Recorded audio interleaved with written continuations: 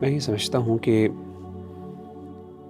یہ جو محبت تو انسان کے بعض اوقات اختیار میں نہیں ہوتی اور ہو بھی جاتی ہے، لیکن اس کے بغیر زندہ نہ رہنے کا جو تصور ہے وہ اس کے پیچھے ایک سوچ ہے، اور وہ سوچ یہ ہے کہ میں کبھی بھی اس کے بغیر خوش نہیں رہ سکتا یا رہ سکتی۔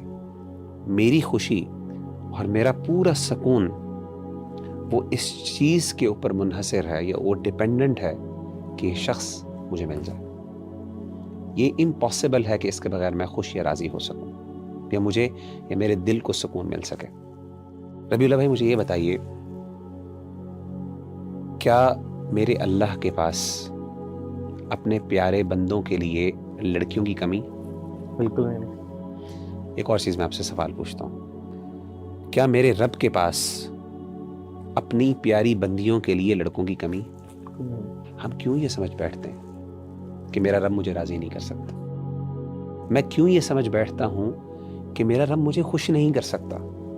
میری کیوں خوشی اسی شخص کے ساتھ معلق ہے؟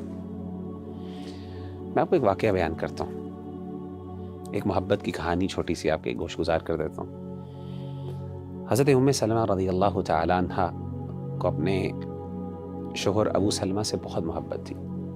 ابو سلمہ کو احد کے دن چوٹ لگی، زخم لگا، اور اس کے بعد وہ اللہ تعالیٰ کو پیارے ہو گئے کچھ دیر بیماری کے بعد۔ تو اللہ کے رسول صلی اللہ علیہ وسلم ان کی عیادت کرنے آیا کرتے تھے، اور جب اللہ کے رسول صلی اللہ علیہ وسلم کو یہ پتہ چلا کہ ابو سلمہ دنیا سے رخصت ہو گئے ہیں، تو آپ نے حضرت ام سلمہ کو ایک دعا سکھائی اور کہا، آپ یہ کہیں انا للہ و انا الیہ راجعون، کہ ہم سب اللہ کے ہیں اور اسی کی طرف ہم نے لوٹ کے جانا ہے، اور ساتھ یہ بھی کہ اللہم اجرنی فی مصیبتی واخلف لی خیرا منہا، کہ اللہ جو مجھ پہ تکلیف آئی ہے تیری طرف سے، اس تکلیف کو رائگاں نہ جانے دینا۔ کیا مطلب ہے؟ کہ اس تکلیف کے بدلے مجھے کچھ نہ کچھ اجر ضرور دینا، یعنی یہ ضائع نہ ہو جائے، یہ نہ ہو کہ بس یہ ہو گئی، میرا دل ٹوٹ گیا، یا جو بھی میرے ساتھ معاملہ ہوا وہ میری غلطی تھی نہیں تھی ایک علیحدہ بات ہے، لیکن اللہ یہ تکلیف جو ہے یہ میرے اوپر آزمائش ہے، میں اس پہ صبر کرتی ہوں یا کرتا ہوں، اللہ اس کو رائگاں نہ جانے دینا۔ واخلف لی خیرا منہ، اور اللہ مجھے اس سے بہتر عطا کر۔ ابو سلمہ اور ام سلمہ کی آپس میں بہت محبت تھی، اور ان کا واقعہ جو ہے ہجرت کا وہ ذرا پڑھیں تو انسان کو اندازہ ہوتا ہے، بڑا دردناک واقعہ ہے ان کا جو فیملی میں آپس میں جو انہوں نے آزمائش جھیلی دین کی خاطر، وہ ذرا دل ہلا دینے والا واقعہ، وہ ذرا پڑھنے والا۔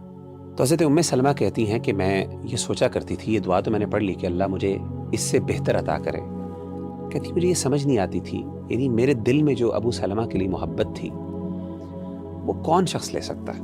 کہتے مجھے یہ بات ہضم نہیں ہوتی تھی، مجھے سمجھ نہیں آتی تھی کہ کون ابو سلمہ سے میرے لیے بہتر ہو سکتا ہے۔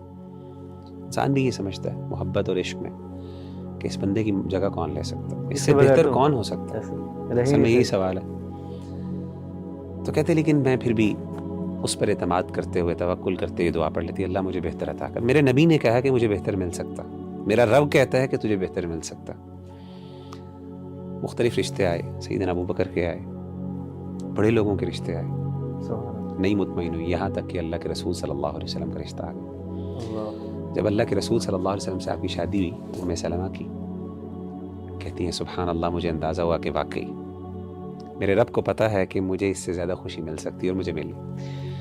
تو اصل بات یہ ہے کہ یہ جو سمجھنا کہ میرا رب مجھے راضی نہیں کر سکتا، میں سمجھتا ہوں کہ یہ ہم نے اللہ کی محبت کو اور اللہ تعالیٰ کی قدرت کو پھر سمجھا ہی نہیں۔